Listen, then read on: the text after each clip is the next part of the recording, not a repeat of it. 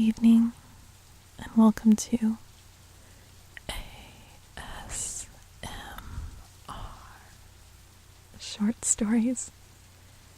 When I started recording tonight's story, I was interrupted by an amazing thunderstorm. So I paused reading and I recorded the storm instead. And of course I recorded the story later the next day.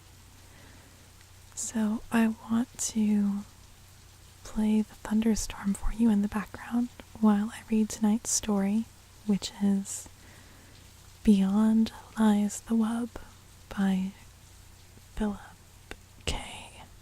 Dick. You'll probably know this author from his book, Do Androids Dream of Electric Sheep, that was later adapted into the movie Blade Runner.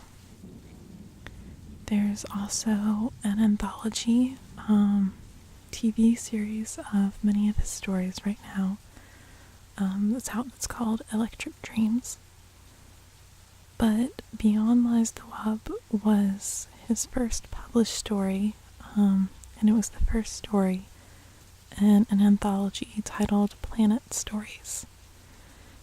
Just a warning to some listeners, this story does involve the possible consumption of intelligent life forms, so if that bothers you, go ahead and shut me off, and I will see you next week.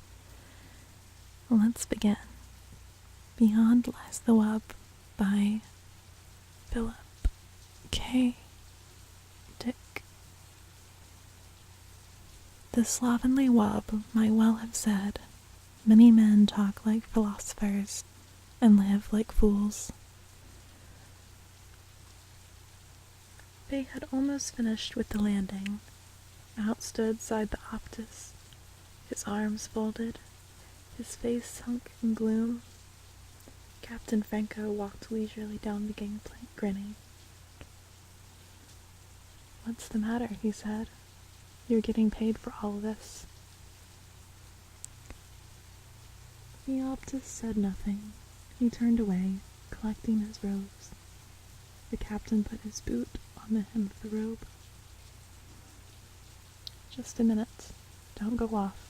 I'm not finished." "Oh." The Optus turned with dignity. "I'm going back to the village." He looked toward the animals and birds being driven up the gangplank into the spaceship. "I must organize new hunts." Franco lit a cigarette. "Why not? You people can go out into the veldt and track it all down again. But when we run halfway between Mars and Earth..." The Optus went off, wordless. Franco joined the first mate at the bottom of the gangplank. "How's it coming?" he said. He looked at his watch. "We got a good bargain here." The mate glanced at him sourly. "How do you explain that?" "What's the matter with you? We need it more than they do." "I'll see you later, Captain." The mate threaded his way up the plank, between the long-legged Martian go-birds, into the ship. Franco watched him disappear. He was just starting up after him, up the plank toward the port, when he saw it. My God. He stood staring, his hands on his hips. Peterson was walking along the path, his face red, leading it by a string. "I'm sorry, Captain," he said, tugging at the string. Franco walked towards him. "What is it?" The wub stood sagging, its great body settling slowly. It was sitting down, its eyes half shut. A few flies buzzed about its flank, and it switched its tail. It sat there. There was silence. "It's a wub," Peterson said. I got it from a native for 50 cents. He said it was a very unusual animal, very respected. This, Franco pokes the great sloping side of the wub. It's a pig, a huge dirty pig. Yes, sir, it's a pig. The natives call it a wub. A huge pig, it must weigh 400 pounds. Franco grabbed a tuft of rough hair. The wub gasped, its eyes open, soft and moist. Then its great mouth twitched. A tear rolled down the wub's cheek and splashed on the floor. Maybe it's good to eat, Peter said nervously. We'll soon find out, Franco said. The wub survived the takeoff, sound asleep in the hold of the ship. When they were out in space and everything was running smoothly, Captain Franco bade his men fetch the wub upstairs so that he might perceive what manner of beast it was. The wub grunted and wheezed, squeezing up the passageway. Come on, Jones grated, pulling at the rope. The wub twisted, rubbing its skin off on the smooth chrome walls. It burst into the anteroom, tumbling down in a heap. The men leaped up. Good Lord, French said. What is it? Peterson says it's a wub, Jones said. It belongs to him. He kicked at the wub. The wub stood up unsteadily, panting. What's the matter with it? French came over. Is it going to be sick? They watched. The wub rolled its eyes mournfully. It gazed around the men. I think it's thirsty, Peterson said. He went to get some water. French shook his head. No wonder we had so much trouble taking off. I had to reset all my ballast calculations. Peterson came back with the water. The wub began to lap gratefully, splashing the men. Captain Franco appeared at the door. Let's have a look at it. He advanced, squinting critically. You got this for 50 cents? Yes, sir, Peterson said. It eats almost anything. I fed it on grain, and it liked that, and then potatoes, and mash, and scraps from the table, and milk. It seems to enjoy eating. After it eats, it lies down and goes to sleep. I see, Captain Franco said. Now, as to its taste, that's the real question. I doubt if there's much point in fattening it up anymore. It seems fat enough to me already. Where's the cook? I want him here. I want him to find out. The wub stopped lapping and looked up at the captain. Really, Captain? The wub said. I suggest we talk of other matters. The room was silent. What was that? Franco said. Just now. The wub, sir, Peterson said. It spoke. They all looked at the wub. What did it say? What did it say? It suggested we talk about other things. Franco walked toward the wub. He went all around it, examining it from every side. Then he came back over and stood with his men. I wonder if there's a native inside it, he said, thoughtfully. Maybe we should open it up and have a look. Oh goodness, the wub cried. Is that all you people can think of? Killing and cutting? Franco clenched his fists. Come out of there, whoever you are, come out. Nothing stirred. The men stood together, their faces blank, staring at the wub. The wub swished its tail. It belched suddenly. I beg your pardon, the wub said. I don't think there's anyone in there, Jones said in a low voice. They all looked at each other. The cook came in. You wanted me, Captain, he said. What's this thing? This is a whelp, Franco said. It's to be eaten. Will you measure it and figure out? I think we should have a talk, Whelp said. I'd like to discuss this with you, Captain, if I might. I can see that you and I do not agree on some basic issues. The captain took a long time to answer. The whelp waited good-naturedly, licking the water from its jowls. Come into my office, the captain said at last. He turned and walked out of the room. The whelp rose and paddled after him. The men watched it go out. They heard it climbing the stairs. I wonder what the outcome will be, the cook said. We'll all be in the kitchen. Let me know as soon as you hear. Sure, Jones said. Sure.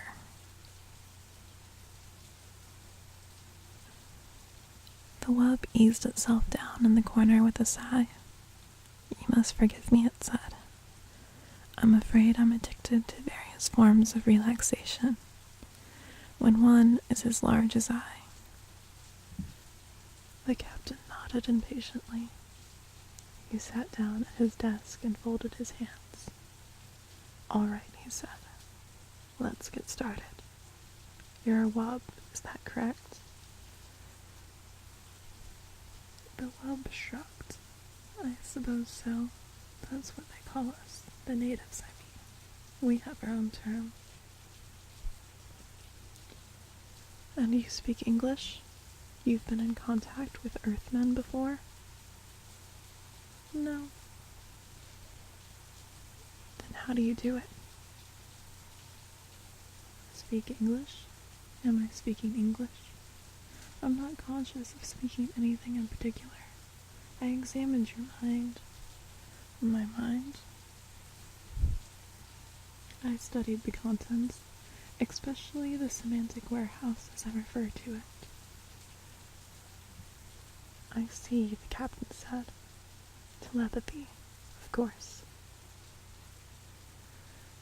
We are a very old race, the wub said. Very old and very ponderous. It is difficult for us to move around. You can appreciate that anything so slow and heavy would be at the mercy of more agile forms of life. There was no use in our relying on physical defenses. How would we win? Too heavy to run, too soft to fight, too good-natured to hunt for game. But how do you live? Plants, vegetables, we can eat almost anything. We're very Catholic. Tolerant, eclectic, Catholic. We live and let live. That's how we've gotten along. The wub eyed the captain. And that's why I so violently objected to this business about having me boiled. I could see the image in your mind. Most of me in the frozen food locker, some of me in the kettle, a bit for your pet cat. So you read minds, the captain said. How interesting. Anything else? I mean, what else can you do along those lines? A few odds and ends, the wub said absently, staring around the room. A nice apartment you have here, Captain. You keep it quite neat. I respect life forms that are tidy. Some Martian birds are quite tidy. They throw things out of their nest and sweep them. Indeed, Captain nodded. But to get back to the problem. Quite so. You spoke of dining on me. The taste, I am told, is good. A little fatty, but tender. How can any lasting contact be established between your people and mine if you resort to such barbaric attitudes? Eat me? Rather, you should discuss questions with me, philosophy and the arts. The captain stood up. Philosophy? It might interest you to know that we will be hard to find something to eat for the next month. An unfortunate spoilage. I know, the wub nodded. But wouldn't it be more in accord with your principles of democracy if we all drew straws or something along that line? After all, democracy is to protect the minority from just such infringements. Now, if each of us cast a vote... The captain walked to the door. Nuts to you, he said. He opened the door. He opened his mouth. He stood frozen, his mouth wide, his eyes staring, his fingers still on the knob. The wub watched him. Presently it padded out of the room, edging past the captain. It went down the hall, deep in meditation. The room was quiet. So you see, the wub said, we have a common myth. Your mind contains many familiar myth symbols. Ishtar, Odysseus.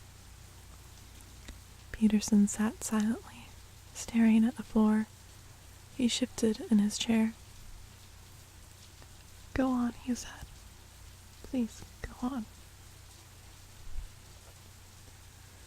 I find in your Odysseus a figure common to the mythology of most self-conscious races. As I interpret it, Odysseus wanders as an individual, aware of himself as such. This is the idea of separation from family and country, the process of individualization. But Odysseus returns to his home. Peterson looked out the port window at the stars, endless stars burning intently in the empty universe. Finally, he goes home. As must all creatures, the moment of separation is a temporary period, a brief journey of the soul. It begins, it ends, the wanderer returns to land and race. The door opened. The wub stopped, turning its great head. Captain Franco came into the room, the men behind him. They hesitated at the door. Are you all right? French said. Do you mean me? Peterson said, surprised. Why me? Franco lowered his gun. Come over here, he said to Peterson. Get up and come here. There was silence. Go ahead, the wub said. It doesn't matter. Peterson stood up. What for? It's an order. Peterson walked to the door. French caught his arm. What's going on? Peterson wrenched loose. What's the matter with you? Captain Franco moved toward the wub. The wub looked up from where it lay in the corner, pressed against the wall. It is interesting, the wub said, that you are obsessed with the idea of eating me. I wonder why. Get up, Franco said. If you wish. The wub rose, grunting. Be patient, it is difficult for me. It stood, gasping, its tongue lolling foolishly. Shoot it now, Franco said. For God's sake, Peterson exclaimed. Jones turned to him quickly, his eyes gray with fear. You didn't see him. Like a statue standing there, his mouth open. If we hadn't come down, he'd still be there. Who? The captain? Peterson stared around. But he's all right now. They looked at the wub, standing in the middle of the room, its great chest rising and falling. Come on, Franco said, out of the way. The men pulled aside towards the door. You are quite afraid, aren't you? The wub said. Have I done anything to you? Am I against the idea of hurting? All I have done is try to protect myself. Can you expect me to rush eagerly to my death? I am a sensible being like yourselves. I was curious to see your ship, learn about you. I suggested to the native. The gun jerked. See, Franco said. I thought so. The wub settled down, panting, its paw out, pulled its tail around it. It is very warm, the wub said. I understand that we are close to the jets, atomic power. You have done many wonderful things with it, technically. Apparently your science hierarchy is not equipped to solve moral, ethical... Franco turned to the men, crowding behind him, wide-eyed, silent. I'll do it, you can watch. French nodded. Try to hit the brain. It's no good for eating. Don't hit the chest. If the ribcage shatters, we'll have to pick bones out. Listen, Peterson said, licking his lips. Has it done anything? What harm has it done? I'm asking you. And anyhow, it's still mine. You have no right to shoot it. It doesn't belong to you. Franco raised its gun. I'm going out, Jones said, his face white and sick. I don't want to see it. Me too, French said. The men straggled out, murmuring. Peterson lingered at the door. It was talking to me about myths, he said. It wouldn't hurt anyone. He went outside. Franco walked toward the wub. The wub looked up slowly. It swallowed.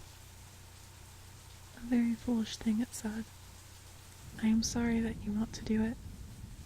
There was a parable that your savior related. It stopped, staring at the gun. Can you look me in the eye and do it? The wub said. Can you do that? The captain gazed down. I can look you in the eye, he said. Back on the farm we had hogs. Dirty razorback hogs. I can do it. Staring down at the wub into the gleaming, moist eyes, he pressed the trigger.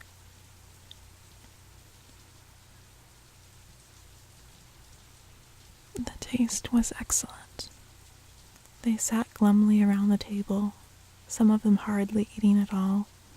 The only one who seemed to be enjoying himself was Captain Franco. More, he said, looking around. More, and some wine, perhaps? Not me, French said. I think I'll go back to the chart room. Me too. Jones stood up, pushing his chair back. I'll see you later. The captain watched them go. Some of the others excused themselves. What do you suppose the matter is? The captain said. He turned to Peterson. Peterson sat staring down at his plate, at the potatoes, the green peas, and the thick slab of warm, tender meat. He opened his mouth. No sound came. The captain put his hand on Peterson's shoulder.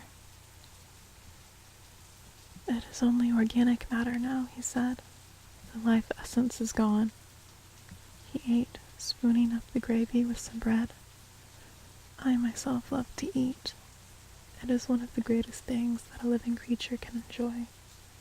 Eating, resting, meditation, discussing things. Peterson nodded. 2 more men got up and went out. The captain drank some water and sighed. Well, he said, I must say that was a very enjoyable meal. All the reports I had heard were quite true. The taste of the wub, very fine. But I was prevented from enjoying this pleasure in times past. He dabbed his lips with his napkin and leaned back in his chair. Peterson stared dejectedly at the table. The captain watched him intently. He leaned over. Come, he said. Cheer up.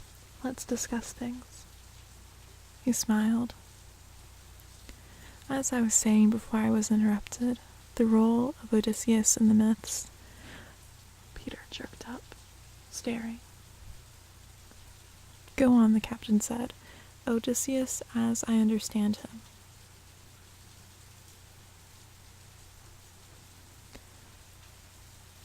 Let me know what you think about the rain in the background, and leave a comment if you have a suggestion for any future stories you would like to hear.